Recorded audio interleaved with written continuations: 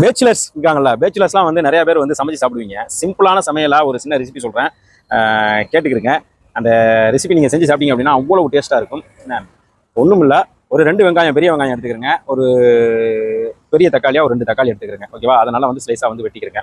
ஒரு பச்சை மிளகா அதையும் நல்லா ஸ்லைஸாக வெட்டிக்கிறேங்க. ஒரு பக்கம் வந்து கருவேப்பிலை தாளிக்கிறதுக்காக ஒரு சட்டியில் என்ன பண்ணுங்க அப்படின்னா, ஒரு எண்ணெயை ஊற்றி சும்மா கொஞ்சமாக ஒரு எண்ணெயை ஊற்றி கடுகு உளுந்து போட்டு பட்டை மிளகா நறுக்கி என்ன பண்ணுங்க, ஒரு 2 பட்டை மிளகாய் நறுக்கி போட்டு அதோட கருவேப்பிலையும் போட்டு நல்லா கொஞ்சம் லேசாக வதக்கிட்டு வெங்காயத்தையும் கொட்டி நல்லா வதக்கிடுங்க. அதுக்கப்புறம் தக்காளியை கொட்டி பச்சை மிளகாவையும் போட்டு கொஞ்சம் நல்லா வதக்கிக்கிறங்க. வதக்கி முடிச்சதோட என்ன பண்ணுங்க அப்படின்னா வந்து நல்லா கொஞ்சம் நல்லா ப்ரௌனிஸாக வரும்ல, அந்த டயத்தில் வந்து லேசாக வந்து ஒரு ஸ்பூன் என்ன மிளகாத்தூள், உங்களுக்கு உரப்பு வேணும்னா எக்ஸ்ட்ரா ஒரு 1/2 ஸ்பூன் சேர்த்துக்கிறங்க. போட்டு அதையும் கொஞ்சம் நல்லா வதக்கிக்கிறங்க.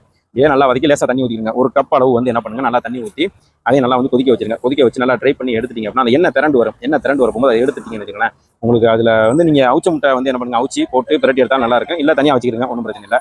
அந்த தக்காளி தொக்கு எடுத்து வெள்ளை சோறுல சுட சுட வந்து நீங்கள் பிரட்டி சாப்பிட்டீங்க அப்படின்னா செம்மையா சும்மா அப்படி தான் இருக்கு. ஏன்னா அந்த தக்காளி தொக்கு வச்சு செம்மங்க. அதனால நான் ட்ரை பண்ணியிருக்கிறேன். நீங்கள் வந்து என்ன பண்ணுங்க, செஞ்சு சாப்பிட்டு பாருங்க. சிம்பிளான ரெசிபி தான், மறக்காதீங்க. சரியா?